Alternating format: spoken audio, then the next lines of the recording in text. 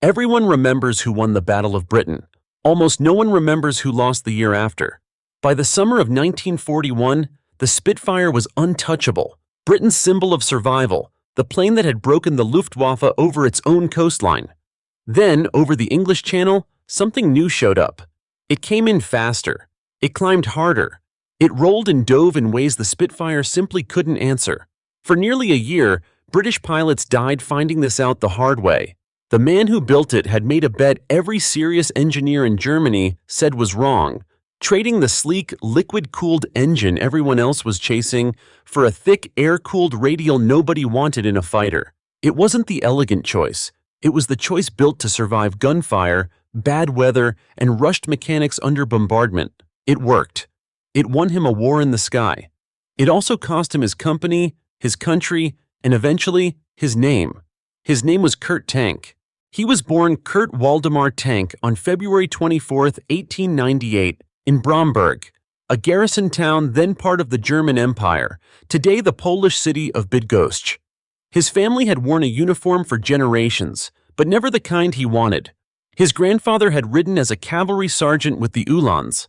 His father, Willie Tank, was a grenadier sergeant in the 3rd Division. When the First World War broke out and young Kurt tried to join the Imperial Army's air service, his father said no. Tradition came first. He went into the cavalry instead, and he served there through the war, decorated with the Iron Cross, 1st and 2nd class, a soldier who had wanted the sky and been given a horse. The war ended. The empire that demanded he ride collapsed with it, and for the first time in his life, nobody was left to tell Kurt Tank what he owed the family name. He enrolled to study electrical engineering at the Technical University of Berlin, and in 1924, he earned something his father never could have handed him: a pilot's license. He took a job at the Rohrbach aircraft factory, learning the discipline of stressed skin construction and metal airframes at a time when most of Europe still built with wood and fabric.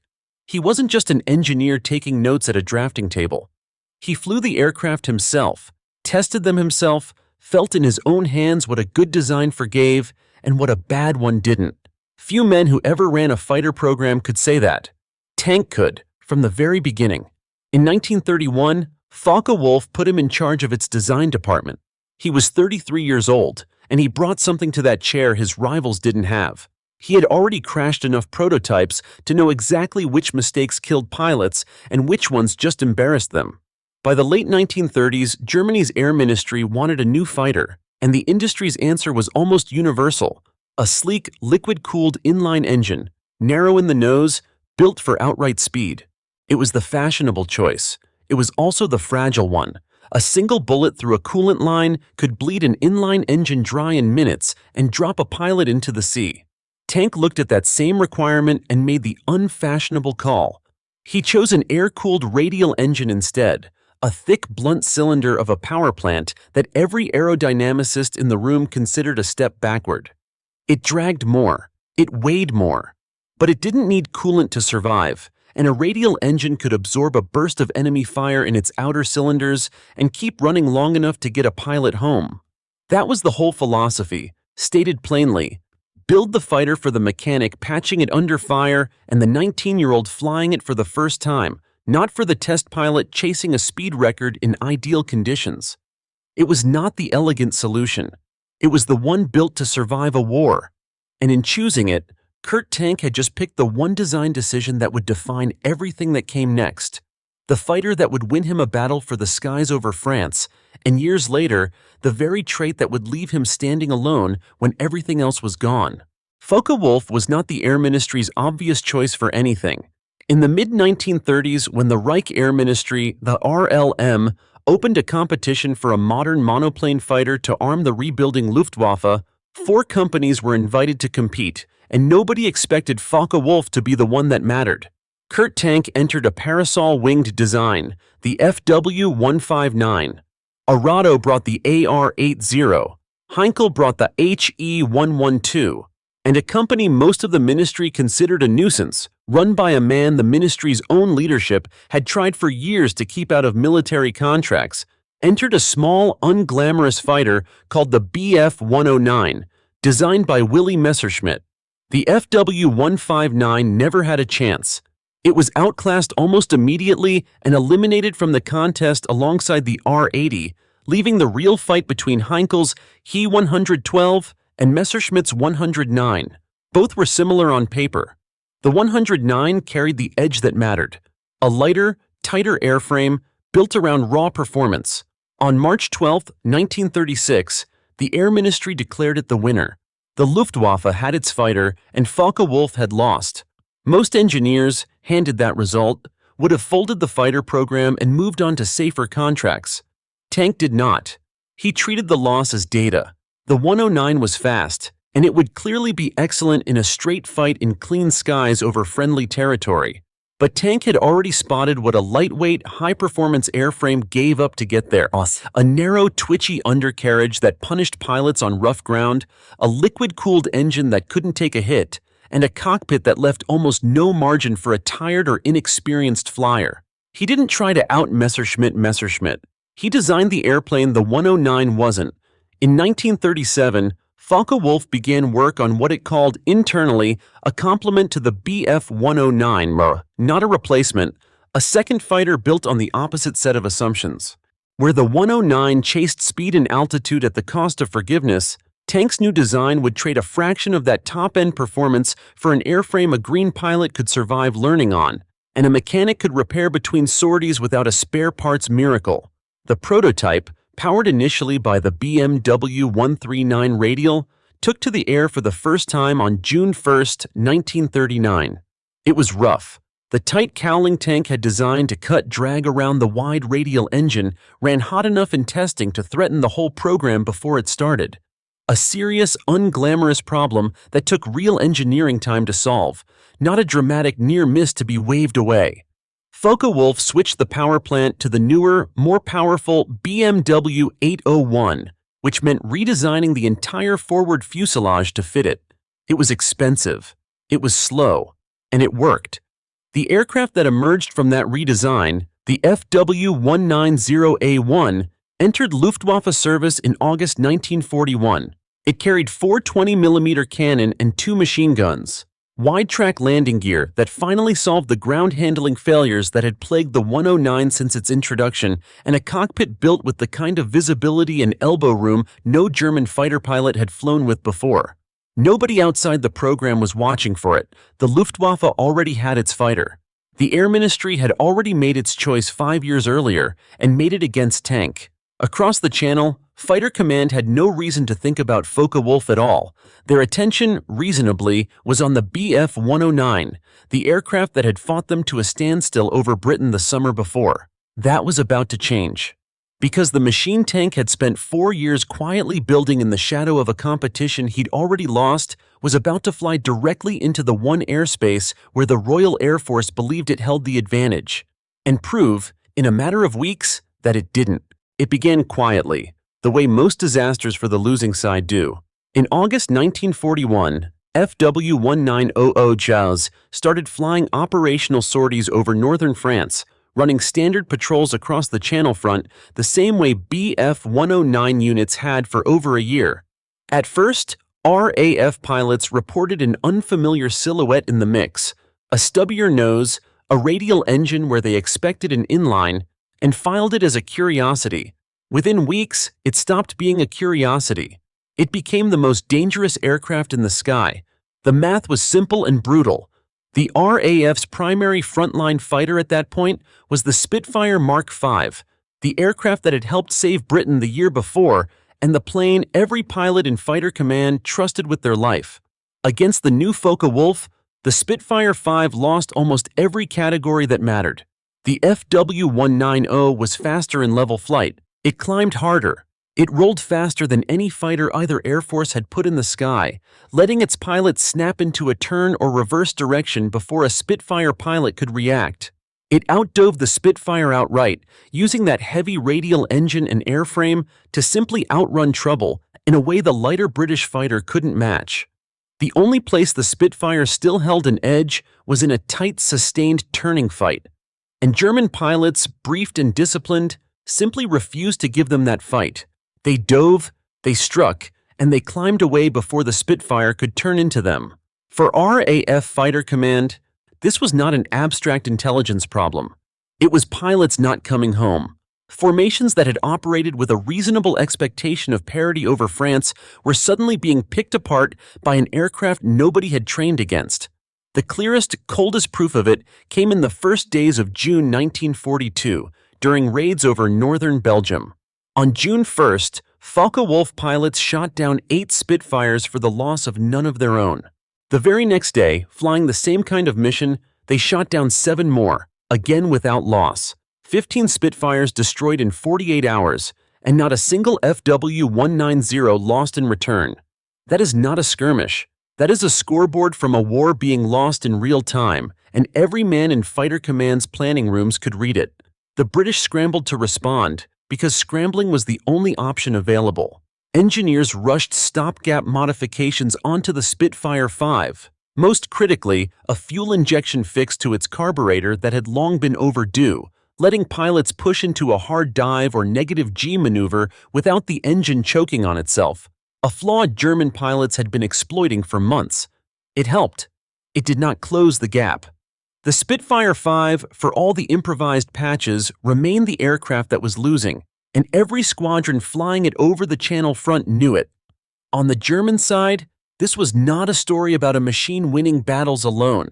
It was a story about a machine that finally let German fighter wings build tactics around a real advantage instead of managing a disadvantage. Fighter Geschwader on the Channel coast, JG-2 and JG-26 chief among them, restructured how they fought around exactly what the FW-190 gave them: altitude, speed, and the dive. Pilots were trained to use the aircraft's brute strength in energy-retaining attacks, diving through a formation, firing, and climbing away rather than settling into a turning dogfight the Spitfire could still occasionally win. It was the same discipline Tank had built into the airframe from the start. Don't ask this aircraft to be a graceful dancer, ask it to be a hammer. Now translated into how German pilots actually flew and fought, and the aircraft kept multiplying. What had begun as a handful of FW-190A1s trickling into frontline units in August 1941 became a production program running at a pace the Luftwaffe hadn't managed with any previous fighter. Focke-Wulf's own line and its subcontracted factories kept the numbers climbing through 1941 and into 1942, feeding new Jagdgeschwader as fast as pilots could be trained onto the type. By the time the war ended, more than 20,000 TFW-1900s in all variants had rolled off German production lines, making it, by raw numbers, Kurt Tank's most successful design and one of the most produced fighters of the entire war. For nearly a year, from the fighter's combat debut in the late summer of 1941 until the middle of 1942, the skies over the Channel belonged to the Focke-Wulf. It wasn't a story anyone in Berlin had planned for or even particularly wanted. The Air Ministry had already picked its fighter back in 1936, and it hadn't been tanks. But an aircraft built on the unglamorous, unfashionable premise of survivability over elegance had just taken air superiority away from the nation that had 1 year earlier won the most famous air battle in history. It would not last. The same choices that made the FW-190 nearly unkillable at low and medium altitude were about to become a liability the moment the war moved somewhere Tank hadn't fully designed for. Straight up into thinner air, where the entire calculation behind his engine would start working against him. The trait that won Kurt Tank his year of air superiority was never a secret weapon. It was a compromise made in 1937 that traded top-end performance for toughness and forgiveness. And like every compromise in engineering, it did not disappear once the aircraft started winning. It simply waited for the conditions to change. The FW-1908 air-cooled BMW radial had given it the durability and low-altitude speed that tore through Spitfire formations over the Channel in 1941 and 1942. But a radial engine of that size and weight came with a physical ceiling built into it from the start.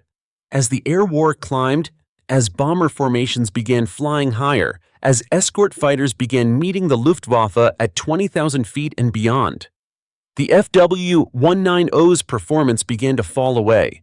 The same bulk that shrugged off gunfire at low altitude in thick air struggled to breathe efficiently in the thin air above it.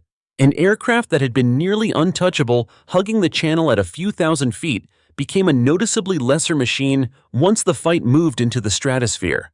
This is the central, unavoidable truth of the story. The exact decision that made the FW-190, the best fighter over France in 1941, made it a weaker fighter over Germany in 1944. When American heavy bombers and their high-altitude escorts turned the sky above the Reich into the one arena tank's engine had never been built to dominate. Tank was not blind to this. He had, in fact, already started designing around it, pushing a version of the airframe with a different liquid-cooled engine specifically to reclaim high-altitude performance, a project that would eventually become the Ta-152. But an engineer's foresight only matters as fast as a wartime bureaucracy allows it to reach the front line. And that bureaucracy was, by 1943 and 1944, no longer functioning the way it had in 1941. Germany's aircraft production system by the middle of the war was not a single coordinated effort chasing the best available design. It was a tangle of competing priorities, personal rivalries inside the Air Ministry, and constantly shifting demands from a leadership more interested in headline numbers than sustainable output. Factories were pushed to maximize raw production counts even as skilled labor and raw materials grew scarcer by the month. Programs that needed patient, methodical development, exactly the kind of redesign a high-altitude FW-190 variant required, were perpetually squeezed between more politically favored projects and an air staff desperate for anything that could be delivered immediately, in volume, regardless of whether it was the right tool for the fight actually being fought. The technical answer to the FW-190's altitude problem existed on paper years before it existed in meaningful numbers in the sky. And while Germany's own production apparatus strangled its own solution, the enemy did what militaries under pressure always do. It adapted and it caught up. In July 1942, barely a year after the FW-190 had first embarrassed fighter command over France, the improved Spitfire Mark IX entered service. It was, in the most literal sense, an emergency fix, a Mark V airframe fitted with a more powerful two-stage supercharged Merlin engine, rushed into production specifically to answer the Focke-Wulf threat. It worked. The Mark IX matched the FW-190 across most of the performance categories that had made the German fighter so dangerous the year before, and it restored something Fighter Command had been missing since the previous August: rough parity in the sky. The one-sided scoreboard of June 1942, 15 Spitfires lost for 0 Focke-Wulfs in 2 days, was not going to repeat itself. The FW-190 did not stop being a formidable aircraft the day the Mark IX appeared. It went on fighting on every front the Luftwaffe operated on, from the Eastern Front beginning that same November and December to the ground attack and bomber interceptor roles it was increasingly pressed into as the war ground on.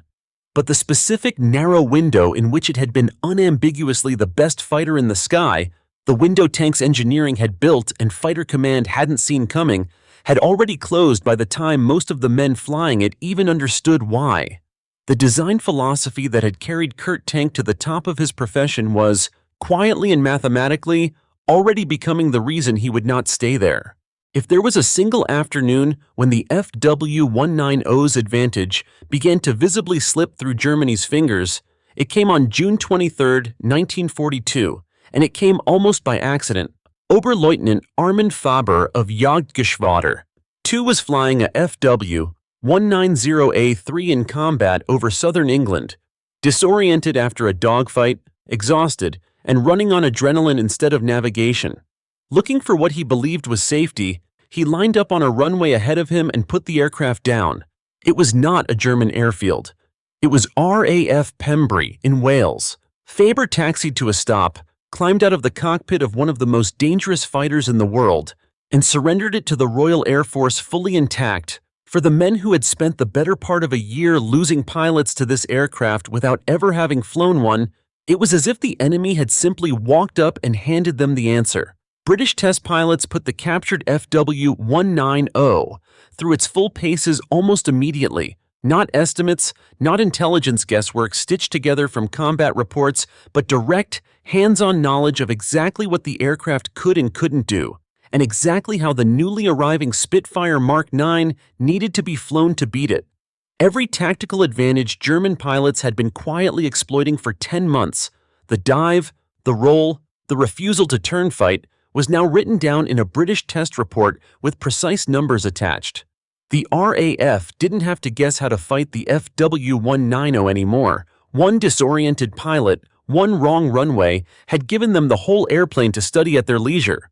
It would be unfair to call Faber's landing the single cause of what followed. The Spitfire Mark IX was already in development, already scheduled to answer the FW190's dominance with or without a captured example to test against. But the timing mattered. Fighter Command went into the summer of 1942 no longer fighting blind against a threat it only partially understood. It was fighting with the enemy's own aircraft sitting on a British airfield, telling them exactly where to aim. That was the tactical turn. The strategic collapse took longer, and it was far less dramatic than a single wrong landing, which made it in its own way more dangerous. Because it wasn't happening in the cockpit, it was happening on the factory floor. By 1943 and into 1944, the war Kurt Tank's fighter had been built to win was no longer the war being fought. Allied bombing campaigns, methodically targeting German industrial capacity, began reaching directly into the infrastructure that kept the FW190 program alive. Component suppliers, engine plants, the skilled labor pool that a complex aircraft like the 190 depended on far more than a simpler design would have. Focke-Wulf's own facilities and its network of subcontractors absorbed real damage and, just as critically, absorbed the same shortages of trained workers and raw material that were strangling German aircraft production across the board. An aircraft designed from its first sketch to be easy to repair in the field by an overworked mechanic was still, in the end, an aircraft that needed a functioning industrial base behind it. Engines built to tolerance, parts delivered on schedule, replacement airframes coming off the line fast enough to replace losses.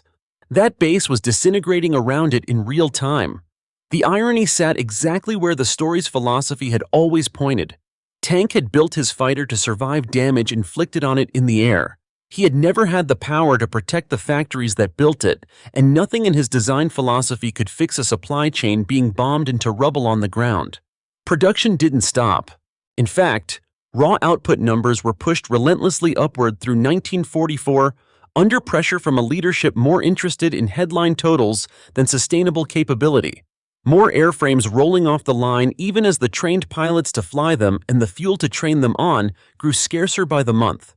It was a hollow kind of success. More FW190 Gojus built in the war's final years than almost any point before, flown increasingly by pilots with a fraction of the training hours their 1941 predecessors had received, facing an Allied Air Force that now had numbers, altitude, and the tactical playbook Faber had unwittingly handed them 2 years earlier. By the spring of 1945, it was over. Germany's aircraft industry, Focke-Wulf included, ceased to function as Allied forces closed in from every direction.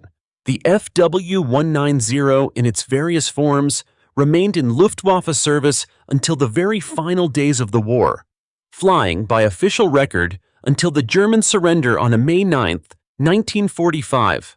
It went out not as the aircraft that had once owned the skies over the Channel, but as one more asset in a military machine that no longer had a country left to defend. Kurt Tank had spent 8 years building an airplane engineered to survive almost anything thrown at it in the air. In the end, what destroyed it wasn't a rival fighter or a tactical failure. It was the collapse of the nation underneath it, the factories, the fuel, the trained hands, all the things no cockpit design could protect. The aircraft had done exactly what he asked of it. The country it was built to serve simply ran out first. And for Kurt Tank personally, the reckoning was only beginning. The war that had made his name was over. What came next would take his company, his home, and very nearly his profession, and send him at 47 years old out into a world with no use for a German aircraft engineer in search of any government on Earth still willing to let him build something. When the war ended in May 1945, Kurt Tank did not simply lose a job. He lost the only professional identity he had ever built. Focke-Wulf, the company he had led since 1931, ceased to exist in any form that could employ an aircraft designer. Germany itself was occupied, divided, and forbidden by the Allied powers from developing military aircraft at all. Willie Messerschmitt's name was still attached to his old company's letterhead, battered as it was. Ernst Heinkel still had a name people recognized. Kurt Tank, at 47, had built one of the most feared fighters of the war, and there was, quite literally, nowhere in his own country left to build another one. So he left it. Argentina, under President Juan Perón, was actively courting exactly the kind of expertise Europe's post-war order had made worthless overnight. Perón wanted a modern air force and an aviation industry to match, and he had both the money and the political will to recruit the engineers nobody else could legally hire. In 1947, Tank moved to Cordoba to join the State Aviation Institute there, and he was not alone. A meaningful portion of his old Focke-Wulf team went with him. Men who had spent the war building the WWII, now rebuilding their careers together on another continent, in another language, for another government entirely.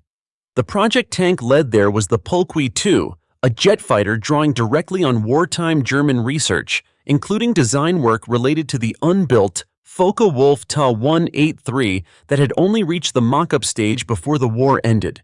It was, on paper, a genuinely advanced design for its era. It was also, from the start, a program tied to the fortunes of one increasingly unstable government. For a few years it held, then it didn't. By 1953, Argentina's economy was sliding into crisis, and state spending on ambitious jet fighter programs became a luxury the government could no longer defend. Tank kept working, sketching further designs including a supersonic follow-on, the Polkwi III, but it never advanced past drawings and a scale model. In January 1955, his contract came to an actual specific end, not through quiet cancellation, but because Tank asked Perón directly for a new contract, nearly double his previous pay, and Perón said no. Tank left the country. What happened next is the kind of detail that sounds invented and isn't. Later that same year, Perón was overthrown in a coup.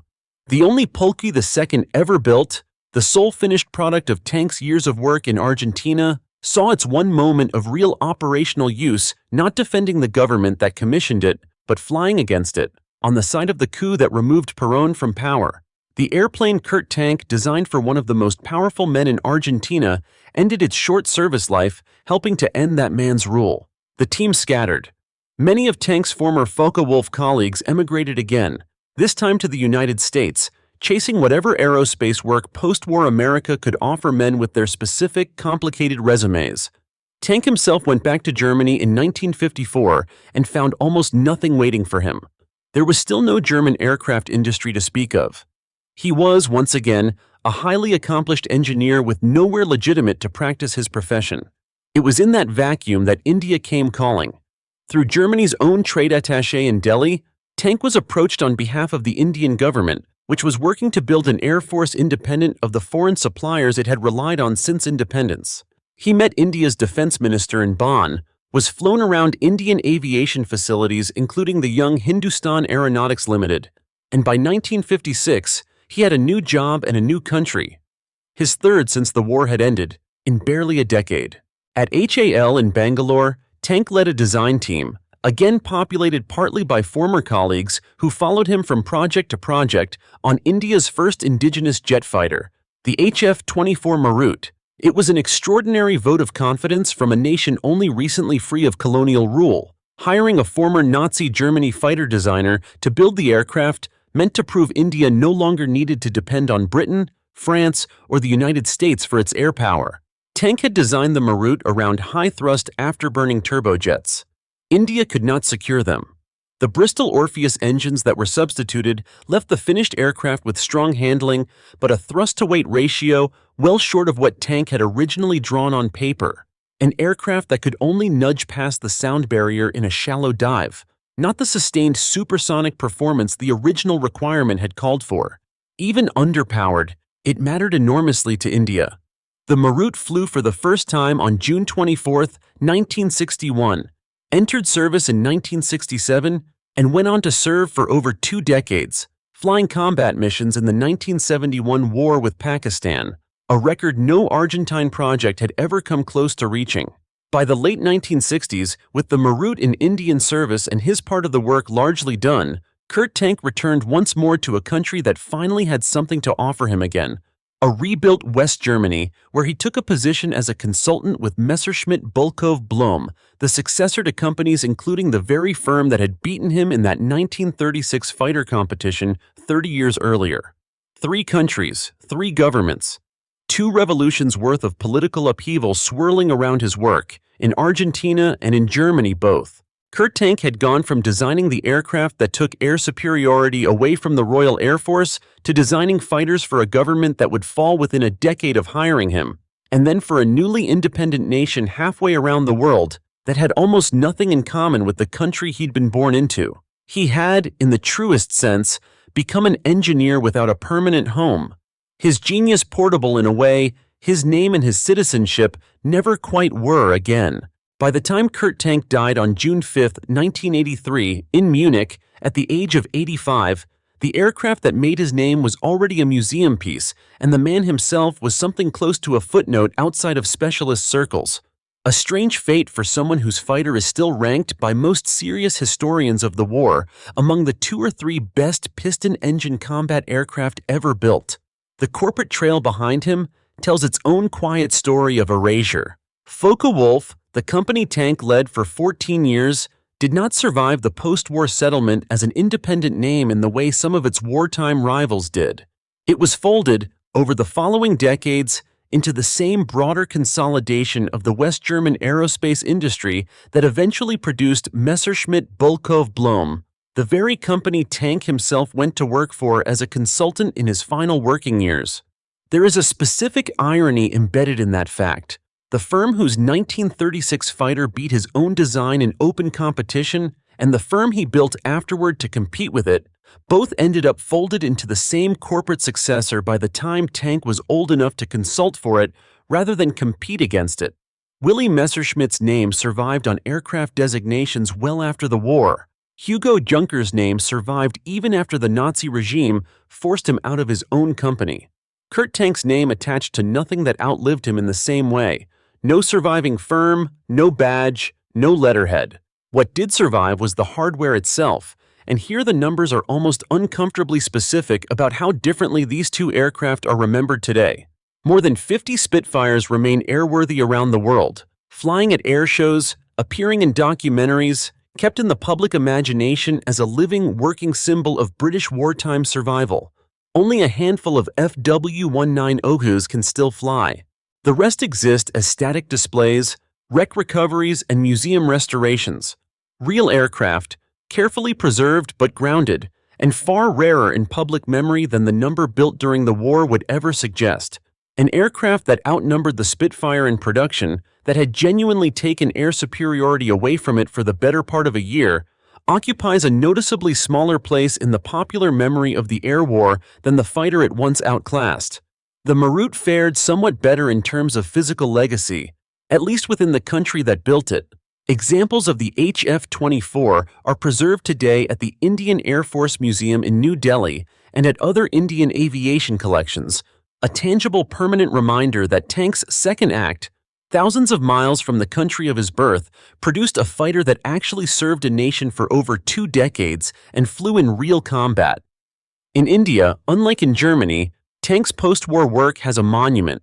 The Pulki II and Pulki III, by contrast, left almost nothing behind in Argentina beyond drawings, a single flying prototype, and a wind tunnel model. A program that ended not with a museum piece, but with a coup and a contract dispute. The historical verdict on the engineering itself is not really in dispute among people who study the aircraft closely.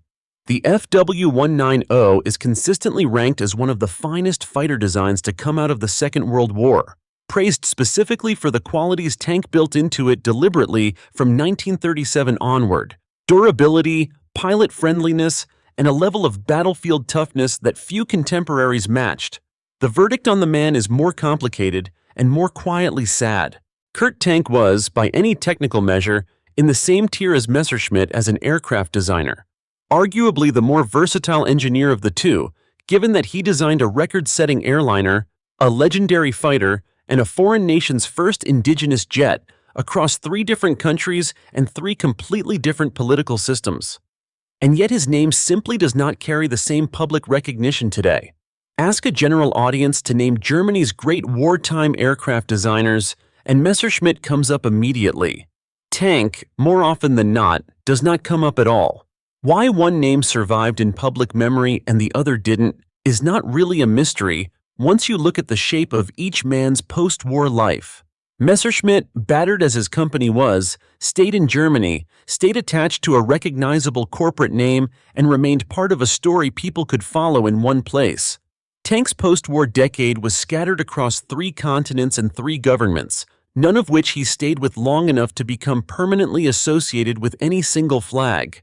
A legacy needs a fixed address to be remembered by, and Kurt Tank, by the demands of his own survival, never had one again after 1945. The same restlessness and adaptability that let him build fighters for the Luftwaffe, for Perón, and for a newly independent India was exactly what left him with no single national story to be remembered inside. The engineering was vindicated. The FW-190 remains, without serious argument, one of the great fighter designs of its era, and the Marit remains a genuine point of national pride in India to this day. The man who built both, however, ended his career as a consultant for a company that had absorbed the very rival who once beat him, quietly, without headlines, in a country that had largely moved on from remembering exactly who he was. 2 philosophies built the fighters that fought each other over the English Channel in the fall of 1941, and neither one was wrong. The Spitfire was a philosophy of refinement, a design polished for years in peacetime, chasing every last mile per hour that elegance and precision could deliver, built for the pilot who already knew how to fly it to its limit. It was, in its purest form, an aircraft optimized for excellence under ideal conditions. The FW-190 was a philosophy of survival, a design built deliberately around damage, fatigue, and the unglamorous reality of a war fought by tired mechanics and inexperienced pilots running out of time to train. It was an aircraft optimized to keep working when conditions were anything but ideal. For 1 year, over one stretch of coastline, survival beat refinement outright. And then the war changed shape, moved higher, moved further from where that radial engine could do its best work, and refinement caught back up, the way it always eventually does when someone is given a year to study exactly what beat them. Kurt Tank built the philosophy that won that year. He never stopped building it, in 3 different countries for 3 different governments, long after the war that made his name was over. It cost him a company. It cost him a homeland. It very nearly cost him a name in the history books at all. Everyone remembers the aircraft that needed no rescuing.